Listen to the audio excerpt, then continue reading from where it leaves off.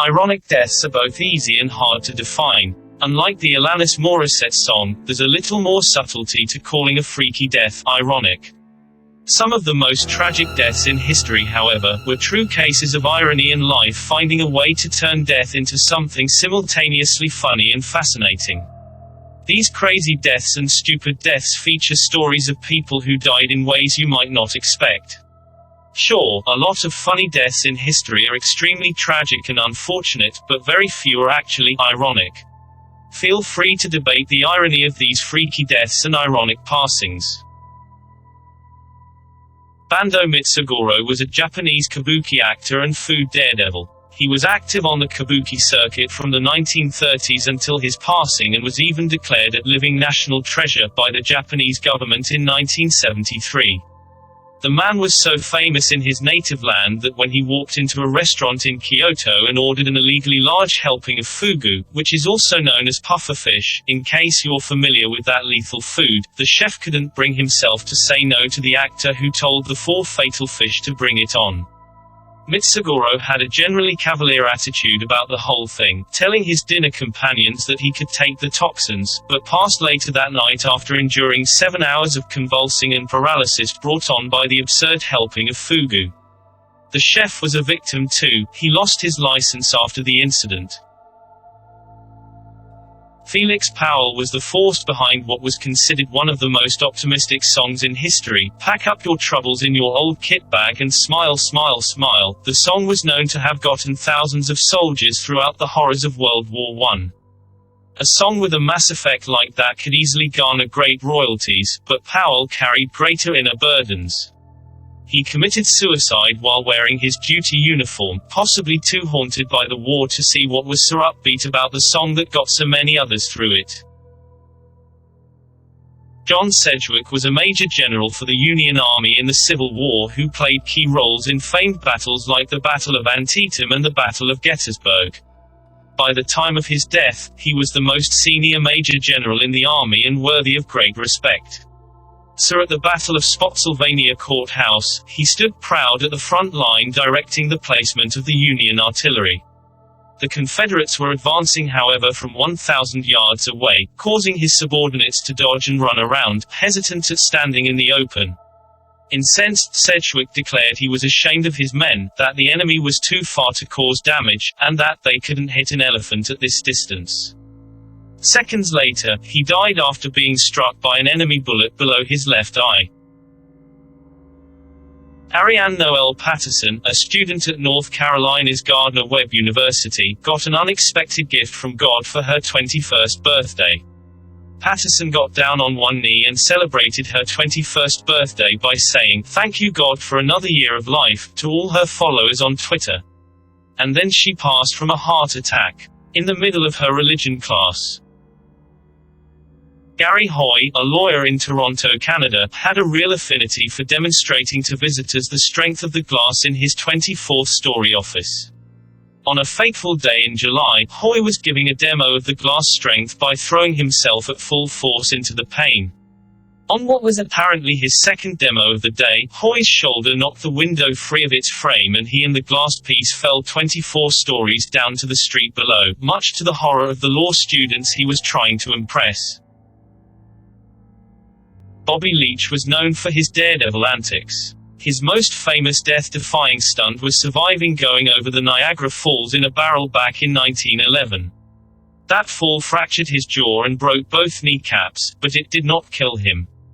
It would define his life and he embarked on many publicity tours thereafter. On one of such publicity tours, he walked down the street and slipped on an orange peel. The fall he suffered was so hard that he broke his leg, which became infected with gangrene, and was eventually amputated. He died from complications following the amputation. 62-year-old opera veteran Richard Versalle was beginning to sing in the premiere of The Macropolis Case at the Lincoln Center in New York City when he basically told the audience he was about to perish. Well, not Versalle so much, as his character, a clerk, who was standing on a ladder, fetching a file from a cabinet.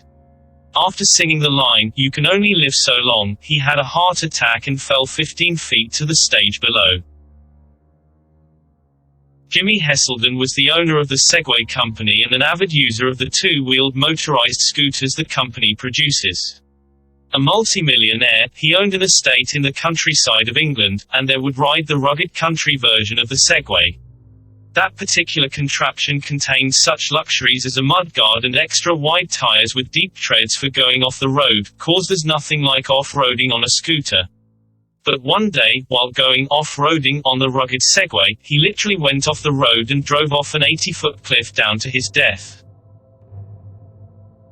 A woman trying to win a Nintendo Wii passes because she can't Wii. The incident transpired when Jennifer Strange, a 28-year-old mother of 3, took place in radio station KDND's Hold Your Wii for a Wii contest. The winner would be the contestant who could drink the most water without breaking for a pee.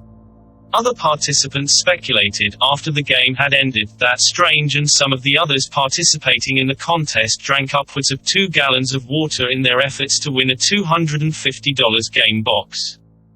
Far from being ignorant of the potential for harm involved in drinking that much water, several incidents of water poisoning were referenced on the air while the game was underway, and a nurse even called the radio show to warn that the contestants could face health risks if they continued. But Strange soldiered on and even went to work after the contest ended, eventually heading home in tremendous pain later in the day. Her mother found her corpse in her home shortly thereafter. Strange came in second in the contest and did not win the Wii console. In 1985, the New Orleans lifeguards threw a big party to celebrate the fact that no one had drowned in any pool during the summer season. A clean, no drowning record. A great reason to celebrate. But when all the excessive celebrations were over, Jerome Moody was found drowned at the deep end of the department pool. Mr. Moody was not a lifeguard, but he was at a party where 4 lifeguards were on duty and another 200 off-duty lifeguards were in attendance, celebrating an entire summer with no deaths. Derek Kieper was an honors student, a friend, and most notably, an anti-seatbelt rebel. Kieper described himself as being part of a die-hard group of non-wearers out there who simply do not wish to buckle up no matter what the government says. So staunch was he that the government shouldn't have any say in the safety precautions folks take while in motor vehicles. He took to the pages of the Daily Nebraskan a mere 3 months prior to his passing, to extol his position to the readers of the paper. Practicing his unwavering allegiance to keeping his seatbelt holstered, Kieper and 2 of his seatbelt-wearing frat brothers were returning from a trip to San Antonio, Texas, when the SUV they were traveling in hit an icy patch and flew off the road before rolling over several times in a roadside ditch. Both the driver and the front seat passenger survived the crash with non-life-threatening injuries, while Kieper, who was ejected from the car when it careened off the highway, perished on impact. Clement Vallandigham was a lawyer who represented a man charged with killing someone during a bar fight. Vallandigham's approach was to convince the jury the dead man had shot himself as he drew his weapon from his pocket. As he faced the jury, Vallandigham recreated the situation exactly as it happened. And when I say exactly, I mean that he managed to also recreate the end result, a man shooting himself whilst drawing his pistol. Vallandigham died from his injuries, but did manage to acquit his client on the grounds that a man can accidentally shoot himself whilst drawing a weapon from his pocket, by showing the jury exactly how this was done. On August 16, 2014, just as the Ice Bucket Challenge was at the height of its virality, its co-founder, 27-year-old Corey Griffin, drowned in an unrelated diving accident off the coast of Nantucket, Massachusetts. Griffin helped co-found the viral craze that involves dumping ice water over your head and plastering it all over social media to help raise donations to fight Lou Gehrig's disease. He came up with the idea after his friend Pete Freites was diagnosed with it. Myra Davis, whose professional acting name was Myra Jones, was involved in the production of Alfred Hitchcock's Psycho. She served as a stand-in for Janet Leigh, the woman who was killed in the famous shower scene to the horrific screechy strings. In 1988, she was killed by a man who was so obsessed with Psycho's famous shower scene that he wanted to reenact it upon Janet Leigh's body double. Unfortunately for Myra Davis, the producers of the film had kept such a tight lip on how they shot the scene and which actresses they used that the information the killer gleaned over the years was skewed. Davis never appeared in the shower scene. It was another actress, Marley Renfro, who served as Lee's body double and subsequently the body that audiences and the killer saw stab over and over again on the big screen.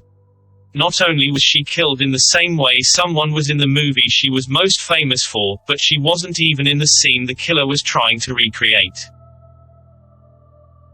In 1989, Michael Anderson Godwin, who originally was sentenced to death via the electric chair, caught a lucky break when his sentence was downgraded to a life sentence.